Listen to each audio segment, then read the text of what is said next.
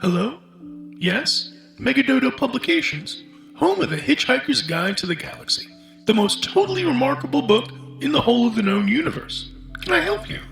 Said the large pink-winged insect into one of the 70 phones lined up along the vast chrome expanse of the reception desk in the foyer of the Hitchhiker's Guide to the Galaxy offices. It fluttered its wings and rolled its eyes. It glared at all the grubby people cluttering up the foyer, soiling the carpets and leaving dirty hand marks on the upholstery. It adored working for the Hitchhiker's Guide to the Galaxy. It just wished there was some way of keeping all the hitchhikers away. Weren't they meant to be hanging around some dirty spaceports or something?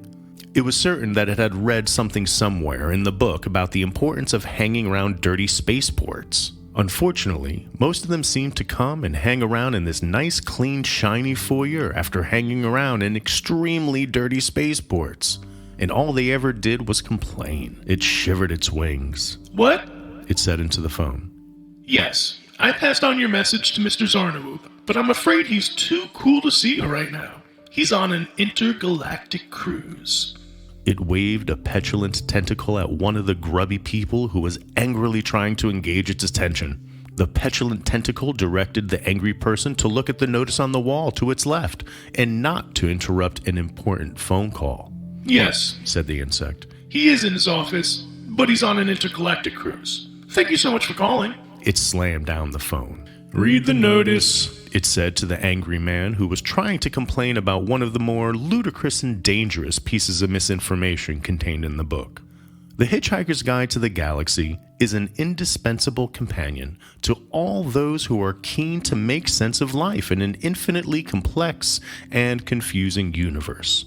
For though it cannot hope to be useful or informative on all matters, it does at least make the reassuring claim that where it is inaccurate, it is at least definitely inaccurate. In cases of major discrepancy, it's always reality that's got it wrong. This was the gist of the notice. It said, "The guide is definitive. Reality is frequently inaccurate." This has led to some interesting consequences. For instance, when the editors of the guide were sued by the families of those who had died as a result of taking the entry on the planet Traal literally, it said ravenous bug-bladder beasts often make a very good meal for visiting tourists, instead of ravenous bug-bladder beasts often make a very good meal of visiting tourists. They claim that the first version of the sentence was the more aesthetically pleasing, summoned a qualified poet to testify under oath that beauty was truth, truth beauty, and hoped thereby to prove that the guilty party was life itself for failing to be either beautiful or true. The judges concurred, and in a moving speech held that life itself was in contempt of court and duly confiscated it from all those there present before going off to enjoy a pleasant evening's ultra golf. Zaphod Beeblebrox entered the foyer. He strode up to the insect receptionist. Okay, he said. Where's Zarnawoop? Get me Zarnawoop. Excuse me, sir? Said the insect icily. It did not care to be addressed in this manner. Zarnawoop. Get him, right? Get him now. Well, sir, Snapped the fragile little creature. if you could be a little cool about it. Look, Said Zaphod. I'm up to here with cool, okay? I'm so amazingly cool, you could keep a side of meat inside me for a month. I'm so hip, I have difficulty seeing over my pelvis. Now, will you move before you blow it? Well, if you'd let me explain, sir. Said the insect, tapping the most petulant of all the tentacles at its disposal. I'm afraid that isn't possible right now, as Mr. Zarnawoop is on an intergalactic cruise. Hell, thought Zaphod. When he's going to be back? He said. Back, sir? He's in his office. Zaphod paused while he tried to sort this particular thought out in his mind. He did not succeed. This cat's on an intergalactic cruise. In his office? He leaned forward and gripped the tapping tentacle. Listen, Three Eyes, He said. don't you try to out-weird me. I get stranger things than you free with my breakfast cereal. Well, just what do you think you are, honey? Flounced the insect, quivering its wings in rage. Zaphod Beeblebrox or something? Count the heads. Said Zaphod in a low rasp. The insect blinked at him. It blinked at him again. You are Zaphod Beeblebrox? It squeaked. Yeah, said Zaphod. but don't shout it out or they'll all want one. The Zaphod Beeblebrox? No, just a Zaphod Beeblebrox. Didn't you hear I'd come in 6 packs? The insect rattled its tentacles together in agitation. But sir, It squealed. I just heard on the sub-ether radio report. It said that you were dead. Yep, that's right. Said Zaphod. I just haven't stopped moving yet. Now, where do I find Zarnowitz? Well, sir, his office is on the 15th floor, But he's on an intergalactic cruise. Yeah. How do I get him? The newly installed Sirius Cybernetics Corporation vertical people transporters are in the far corner, sir. But, sir, Zaphod was turning to go. He turned back. Yeah, he said. can I ask you why you want to see Mr. Zarnawoop? Yeah, Said Zaphod, who was unclear on the point himself. I told myself I had to. Come again, sir? Zaphod leaned forward conspiratorially. I just materialized out of thin air in one of your cafes, he said. as a result of an argument with the ghost of my great-grandfather. No sooner had I got there that my former self, the one that operated on my brain, popped into my head and said, "Go see Zarnawoop." I've never heard of the cat. That's all I know. That and the fact that I've got to find the man who rules the universe. He winked. Mr. Beeblebrox, sir? Said the insect in awed wonder. You're so weird. You should be in movies. Yeah, Said Zaphod, patting the thing on a glittering pink wing. and you, baby, should be in real life. The insect paused for a moment to recover from its agitation and then reached out a tentacle to answer a ringing phone. A metal hand restrained it. Excuse me, Said the owner of the metal hand in a voice that would have made an insect of a more sentimental disposition collapse in tears. This was not such an insect, and it couldn't stand robots. Yes, sir. It snapped. Can I help you? I doubt it, said Marvin. Well, in that case, if you'll just excuse me. 6 of the phones were now ringing. A million things awaited the insect's attention. No one can help me. Intoned Marvin. Yes, sir. Well, Not that anyone tried, of course. The restraining metal hand fell limply by Marvin's side. His head hung forward very slightly, is that so? said the insect tartly. Hardly worth anyone's while to help a menial robot, is it? I'm sorry, sir, I if... mean, where's the percentage in being kind or helpful to a robot if it doesn't have any gratitude circuits? You don't have any? Said the insect, who didn't seem to be able to drag itself out of this conversation. I've never had occasion to find out. Marvin informed it. Listen, you miserable heap of maladjusted metal. Aren't you going to ask me what I want? The insect paused. Its long, thin tongue darted out and licked its eyes and darted back in. Is it worth it? It asked, Is anything? said Marvin immediately. What do you want? I'm looking for someone. Who? Hissed the insect. Zaphod Beeblebrox, said Marvin. He's over there. The insect shook with rage. It could hardly speak. Then why did you ask me? It screamed, I just wanted something to talk to. said Marvin. What? Pathetic, isn't it? With a grinding of gears, Marvin turned and trundled off. He caught up with Zaphod approaching the elevators. Zaphod spun around in astonishment. Hey, Marvin, He said, Marvin, how did you get here? Marvin was forced to say something which came very hard to him. I don't know. He said, But one moment I was sitting in your ship feeling very depressed, and the next moment I was standing here feeling utterly miserable. An improbability field, I expect. Yeah, said Zaphod. I expect my great-grandfather sent you along to keep me company. Thanks a bundle, Granddad. He said to himself under his breath. So how are you? He said, Oh, fine, said Marvin. if you happen to like being me, which personally I don't. Yeah, said Zaphod as the elevator doors opened. Hello, Said the elevator sweetly. I am to be your elevator for this trip to the floor of your choice. I have been designed by the Sirius Cybernetics Corporation to take you, the visitor, to the Hitchhiker's Guide to the Galaxy, into their offices. If you enjoy your ride, which will be swift and pleasurable, then you may care to experience some of the other elevators which have recently been installed in the offices of the Galactic Tax Department, Boobaloo Baby Foods, and the Syrian State Mental Hospital, where many ex-Sirius Cybernetics Corporation executives will be delighted to welcome your visits, sympathy, and happy tales of the outside world. Yeah. said Zaphod, stepping into it. What else do you do besides talk? I go up, said the elevator. or down, Good. Said Zaphod. We're going up. or down. The elevator reminded him. Yeah, okay. Up, please. There was a moment of silence. Down's very nice. Suggested the elevator hopefully. Oh, yeah? Super. Good. Said Zaphod. Now, will you take us up? May I ask you, Inquired the elevator in its sweetest, most reasonable voice. if you've considered all the possibilities that down might offer you? Zaphod knocked one of his heads against the inside wall. He didn't need this, he thought to himself. This, of all things, he had no need of. He hadn't asked to be here. If he had asked at this moment where he would like to be, he would probably have said he would like to be lying on the beach with at least 50 beautiful women and a small team of experts working out new ways they could be nice to him, which was his usual reply. To this, he would probably have added something passionate on the subject of food.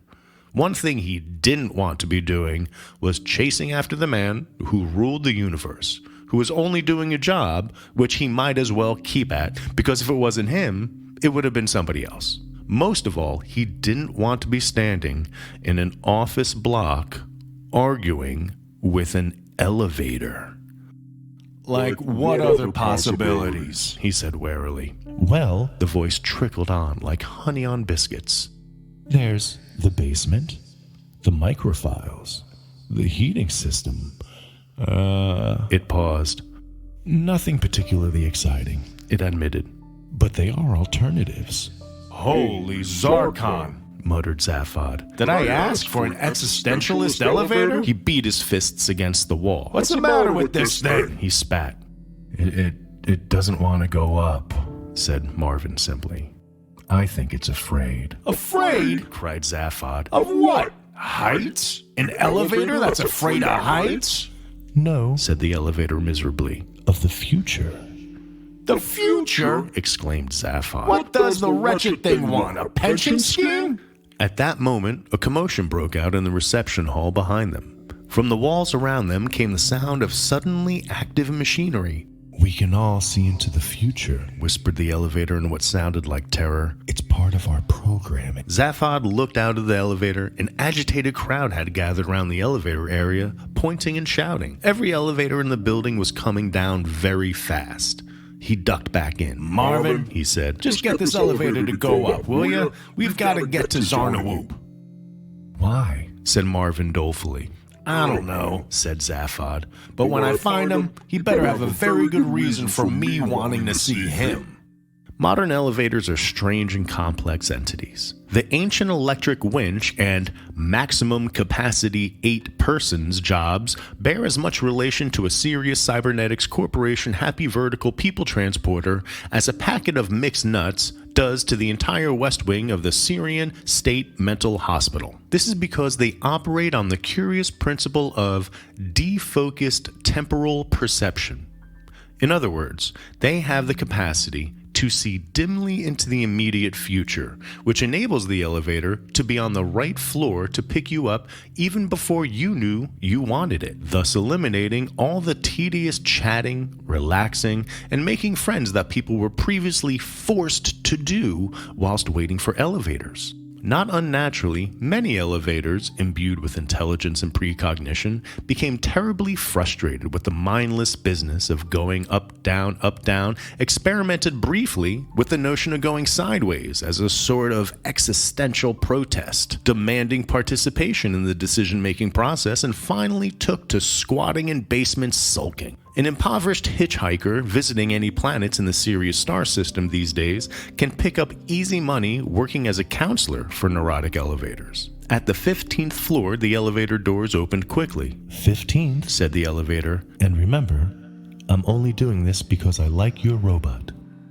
Zaphod and Marvin bundled out of the elevator, which instantly snapped its doors shut and dropped as fast as its mechanisms would take it. Zaphod looked around warily. The corridor was deserted and silent, and gave no clue as to where Zarnawoop might be found. All the doors that led off the corridor were closed and unmarked. They were standing close to the bridge which led across from one tower of the building to the other. Through a large window, the brilliant sun of Ursa Minor Beta threw blocks of light in which danced small specks of dust. A shadow flitted past momentarily. Left in the lurch by a lift, muttered Zaphod, who was feeling at his least jaunty. They both stood and looked in both directions. You know something? Said Zaphod to Marvin. More than you can possibly imagine. I'm dead certain this building shouldn't be shaken, Zaphod said. It was just a light tremor through the soles of his feet, and then another one. In the sunbeams, the flecks of dust danced more vigorously. Another shadow flitted past. Zaphod looked at the floor. Either, he said, not very confidently, they've got some vibro system for toning up their muscles while you work, or... He walked across to the window and suddenly stumbled because at that moment his Jujanta 200 superchromatic peril-sensitive sunglasses had turned utterly black. A large shadow flitted past the window with a sharp buzz. Zaphod ripped off his sunglasses, and as he did so, the building shook with a thunderous roar. He leapt to the window. Or, he said, the building's being bombed. Another roar cracked through the building. Who in the galaxy would want to bomb a publishing company? Asked Zaphod, but he never heard Marvin's reply because at that moment, the building shook with another bomb attack. He tried to stagger back to the elevator, a pointless maneuver he realized, but the only one he could think of. Suddenly, at the end of the corridor leading at right angles from this one, he caught sight of a figure as it lunged into view, a man. The man saw him. Beeblebrox over here, he shouted. Zaphod eyed him with the distrust as another bomb blast rocked the building. No, called Zaphod. Beeblebrox over here. Who are you? A friend, shouted the man who ran towards Zaphod. Oh yeah? Anyone's friend in particular, or just generally well-disposed of people? The man raced along the corridor, the floor bucking beneath his feet like an excited blanket. He was short, stocky, and weather-beaten, and his clothes looked as if they'd been twice round the galaxy and back, with him in them. Do you know, Zaphod shouted in his ear when he arrived, your building's being bombed?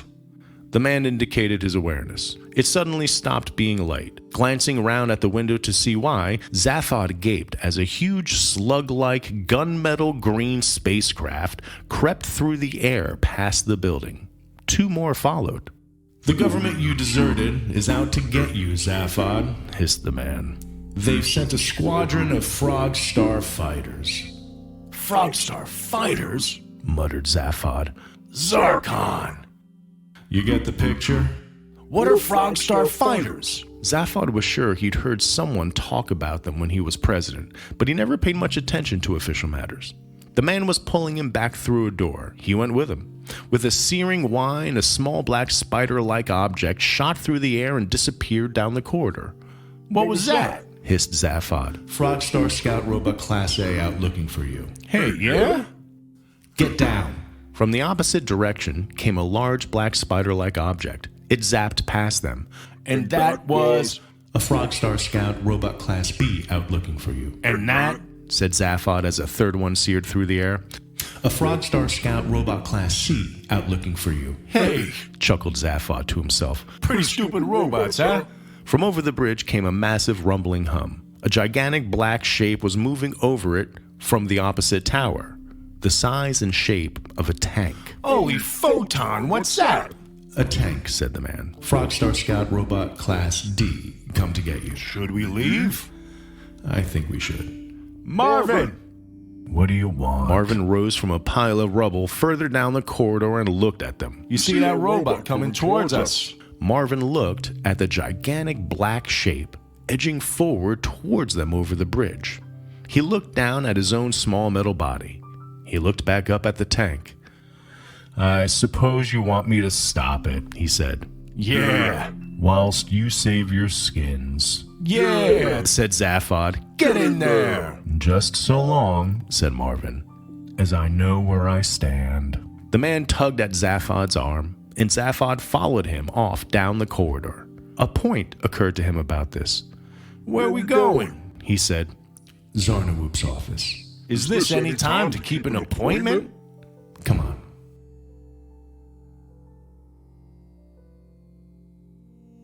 I hope you'll join us at the restaurant at the end of the universe when the next chapter drops very soon.